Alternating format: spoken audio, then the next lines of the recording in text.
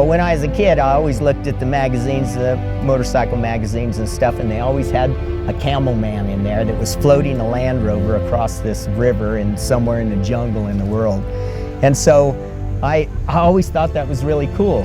And they said, and in this pamphlet, it said, the greatest adventure in the world. And I thought, that's for me. I did the Camel Trophy in 1996, and we crossed the island of Borneo. It was the first ever east-west crossing by four-wheel drive. I competed with Fred Host, and it was a life-changing experience. I mean, it really set me on my path. I had been out of the military for 3 years before, but was still looking for something I needed to test myself in. And with my history of four-wheel drives as a kid growing up and what I did in the military, I was an infantry soldier, so we did a lot of navigation and a lot of time in the bush, a lot of time just being dirty for extended periods of time. It was a perfect fit. It was, like I said, life-changing. It made me who I am today.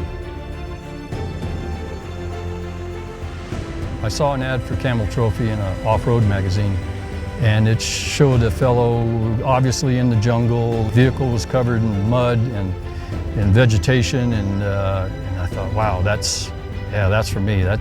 They're out there doing something pretty spectacular. I want to try and go and do that. When I first got that article, in 85 or 86 about Camel Trophy, that was what I decided I wanted to do. Page after page after page of the coolest photos. Guys waist deep in mud, digging out their winches, vehicles on barges going across rivers, sunsets, just going through the jungle. And I read the book from cover to cover. I read the book from cover to cover again. And in the very back of the book, there was a little phone number. Well, I filled out an application, and I figured that's the last time I'm going to see or hear anything about that, and I'll be darned if I didn't get a telephone call from Tom Collins, and we did a phone interview. And then he invited me to the national trials in Grand Junction, Colorado.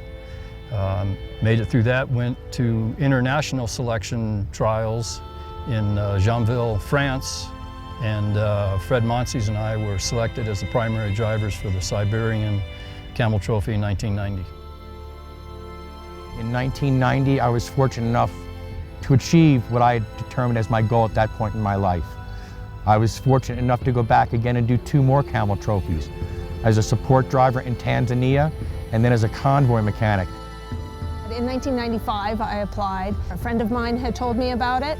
At that point in time, I was on my way to Africa to go climb Mount Kilimanjaro. Once I was accepted for the US trials, then the training really began. I remember the coach Tom Collins always saying, you need to be able to change that tire quickly. And I was always so proud when I called him and said, I got it done in 7 minutes. And he said, well, that's good, but really we'd like it in 5. The event was everything that they claimed it was going to be. Of course, TC had told us an awful lot about what was going to be happening. But you go down there, you get about a day to acclimate to the climate, and then it's 2 days, throw you right under the bus, and 2 days worth of special tasks, 48 hours straight, minimal or no sleep to see how you're going to deal with that sleep deprivation thing. Right before close to 3-week, 1,200 mile journey we did through Central America. You take a triathlon and then just multiply it. Because there are all these areas that you have to be really good. Everything from driving to knowing the vehicle, the mechanical part of it, to the running and the swimming. I remember them telling me that, put a pack on your back and be fully dressed and be ready to cross a river. I had an opportunity to go places that people in America have never gone. It's that sense of adventure, that unknowing.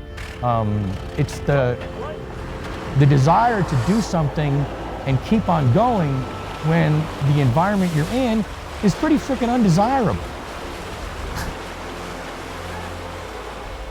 My year there was 15 different countries, so 15 different cars, and plus about 15 support cars. So a 30-car convoy going through, traditionally the hardest roads in the world.